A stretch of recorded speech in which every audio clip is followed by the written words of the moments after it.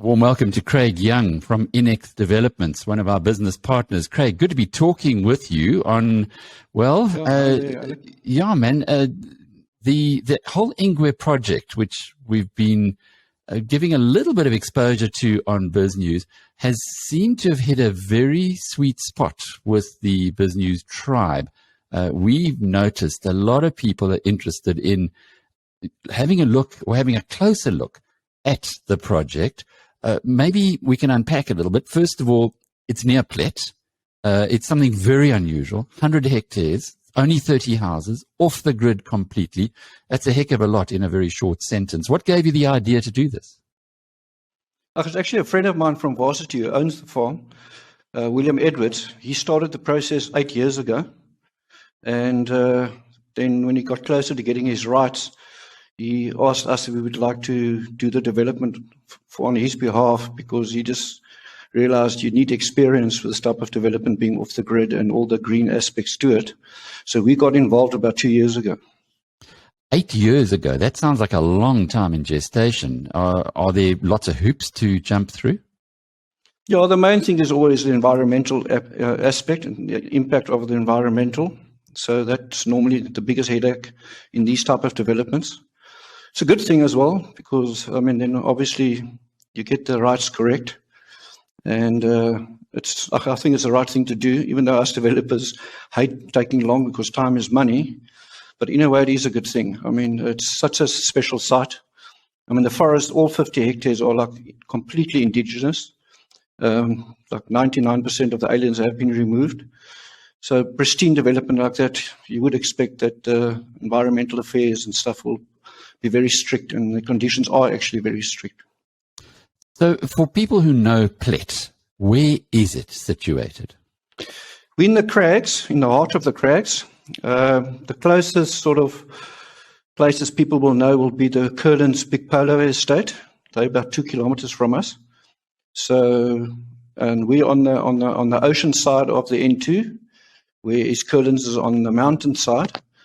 And yeah, we're also very close and in the heart of all and most of the new wine farms.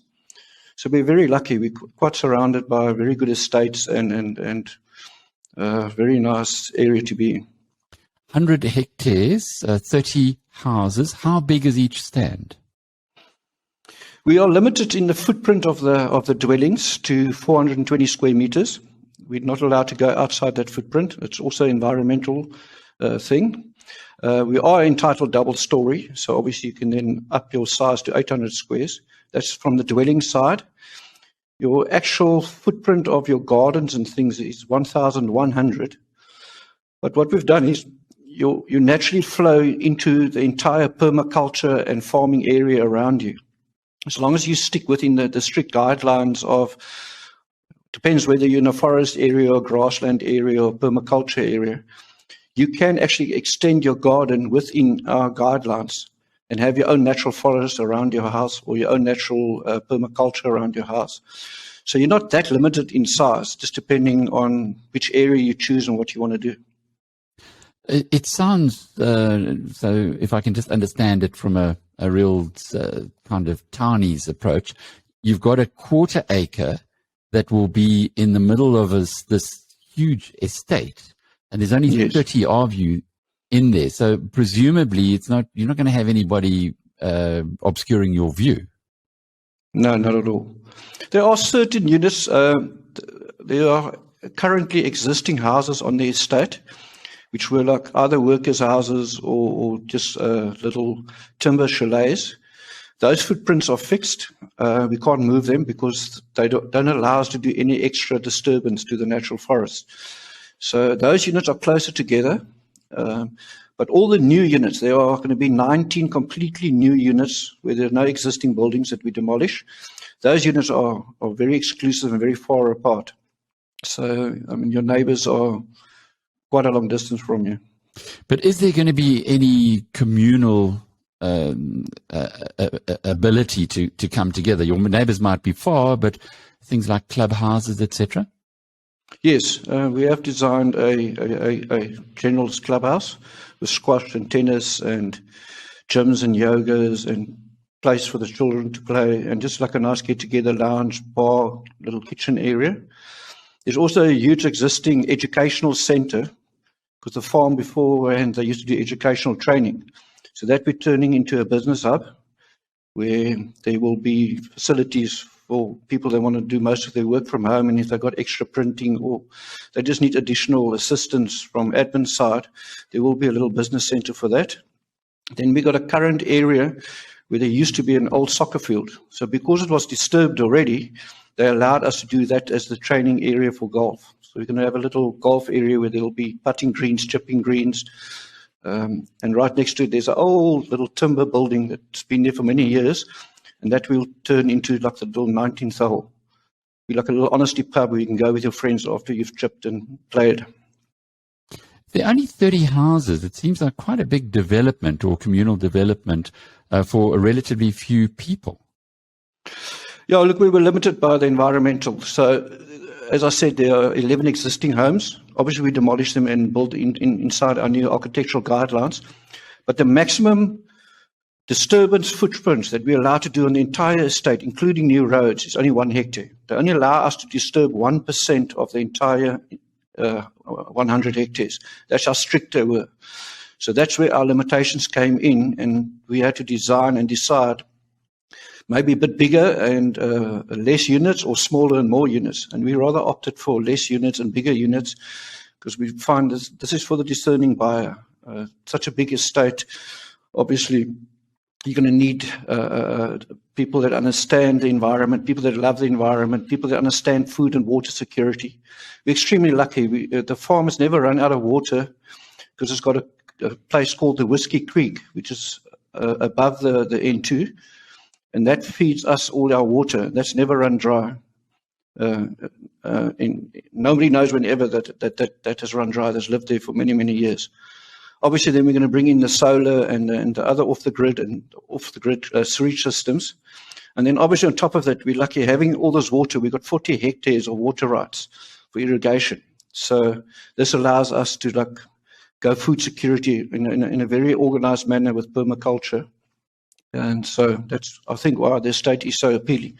Further to that, we're also lucky there's various trails that have already been done on the estate, because they used to do like MTD, cycling and trail running through the farm for quite a while. So we'll just upkeep these existing trails, which also, it's nice. You don't have to go off the estate if you don't want to.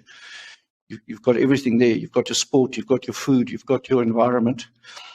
And to take it a step further, it's probably because I grew up on a farm, and I remembered in the olden days how safe farms were, and that's quite the opposite today, is that we're even bringing in 2 little camping spots on our natural dams, where the kids can go back to, where they actually sleep out at night. They're safe. They can go and camp for the night in their own tent, and the parents can feel comfortable, whether they're sleeping there, whether they're walking, running on the trails. You're in a 100% safe environment. Presumably the security in the perimeter is quite hectic. Yeah, look, we've got electrified game fencing at the moment, and we will bring in automatic cameras and human detection cameras where required. And that's what we do in all our states anyway. We find that is the way to go now in the Eastern Cape, unfortunately, as well. It's not always just Joburg that's hectic. So crime is, unfortunately, on the rise, and I think with COVID it's become worse. So we're very well aware of that. So yes, security will be of a high standard. A mutual friend of ours, Stephen Nathan, who's well known to the BizNews community, actually referred us to chat to each other. But your experience, it's one thing he never told. He told me this is a good guy. Craig knows what he's doing. He's legit. But he didn't tell me much about your experience. What have you been involved with in the past? We've developed in the winelands quite a few estates. We were basically the first guys that did a development in 2000. We did the Sante Winelands estate. It was also very exclusive. Obviously there it was a different model where each house had vineyard and each house was allocated wine, but it was a very similar concept. We've done game farm developments in KwaZulu-Natal, in Umakuchi, Shushluwi, where we also did 30 lodges. And yeah, in and around Cape Town and Stellenbosch, done various estates and building. And then my partners in Cape Town through Eurolux, they also got a long property track record of investment. So it works well. Clearly not your first rodeo. But Craig, you said a discerning buyer. What are the price points here? The plots are from 2.5 to 6 million. And then we've just got a very standard sort of project management fee structure. We as developers on this type of development decided it's very difficult to give a turnkey. Normally what would happen is you'd have choices of houses and you'll have price points for the people to choose different designs. But because the site it varies so much, like you've got huge steep slopes in certain areas, other areas you're right on top of the mountain on grasslands, on flat sites. So we decided we'd rather just, as developers, take our markup on the plots, and we do a complete open book system on the construction side. We've got 5 approved contractors, and we just project management the entire process for the client with architects, engineers, QSs, project managers at a fixed fee. So there's no specific model or a design that you have to follow. You can design your own abode. If they look at our website, they'll see these prototypes, just to give the people an idea. And we've got obviously a very strict architectural guideline. And obviously we're going for like the more natural, like wood, stone, glass, steel feel. Certain designs are like a barn-like feel, others are a bit more modern. So it's quite open for the client to make changes and to do his own design and put his own sort of stamp on his unit, but obviously with strict guidelines to ensure that the estate is harmonious and more or less looks the same.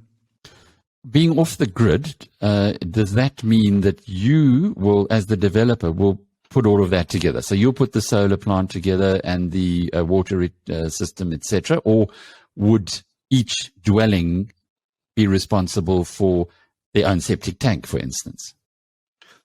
Yeah, the sewage system is already a large part of it's there, so we'll just increase the size and the quality of it.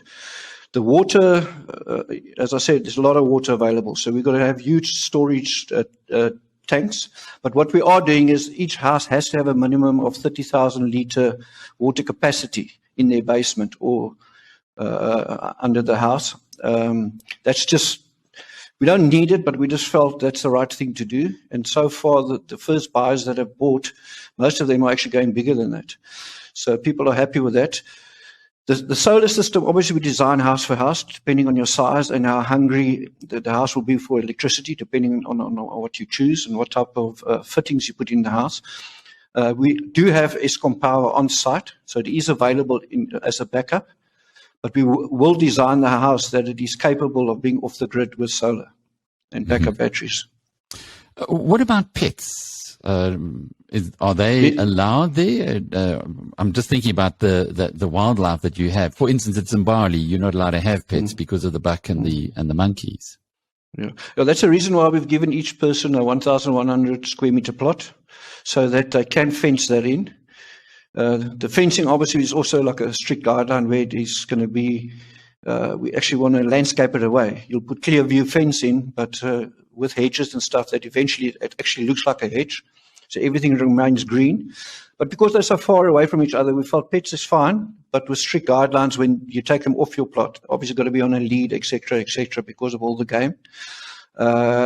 We've had people that are keen to have horses, but we're not allowing that. We're limiting to the size of the pets. That's domesticated dogs and cats. It's just, I just think on a family environment like that, to say to people they can't have pets, we just felt that's wrong.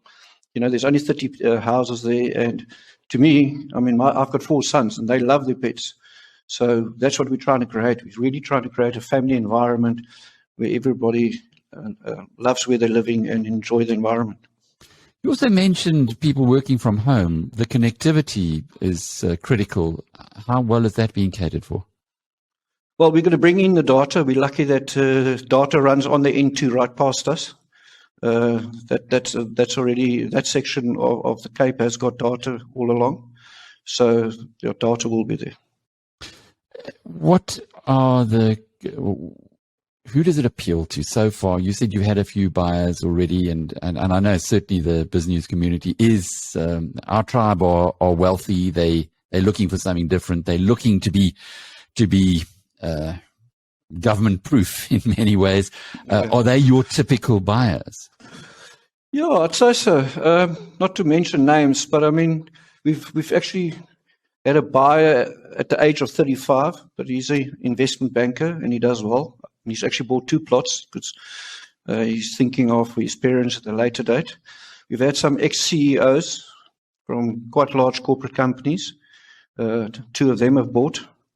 And then, just general people that there's interest from the polo players. We've had 2 or 3 polo players that have come through. One has committed. So I think it's people that can afford to live on an estate of that nature, and they just prefer it. But it's all walks of life so far. But it is people that can afford it, yes. And how far are you from Plett when you think about the getting provisions and being able to actually socialize with other human beings?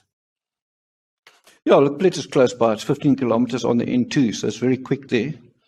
But we will have a concierge service. We will go to town on certain days, and people can just give a list. Also, if people want to have us take them to the airport, that will also be available. And house sitting and that type of scenario. If people want to leave and they want somebody to look after their animals and look after their house and replenish the house when they come back, we really want to make it as comfortable as possible. So all those type of services will be available. Sounds like you thought of everything. And the name of Ingwe, it's not something, you don't really associate leopards with that part of the country, but maybe I'm wrong. Yeah, there is a leopard. Actually, we've caught it on camera a few times. It's not resident. It travels in the area. And that's where the name actually comes from, because there was a leopard there. It's always been a leopard in that area. We've never seen it. We've only caught it on camera. So we just felt everybody knows it. I know the name has been used, especially in your parts of the world, on game farms and things. But just had a resonance with us, and we decided to keep the existing name.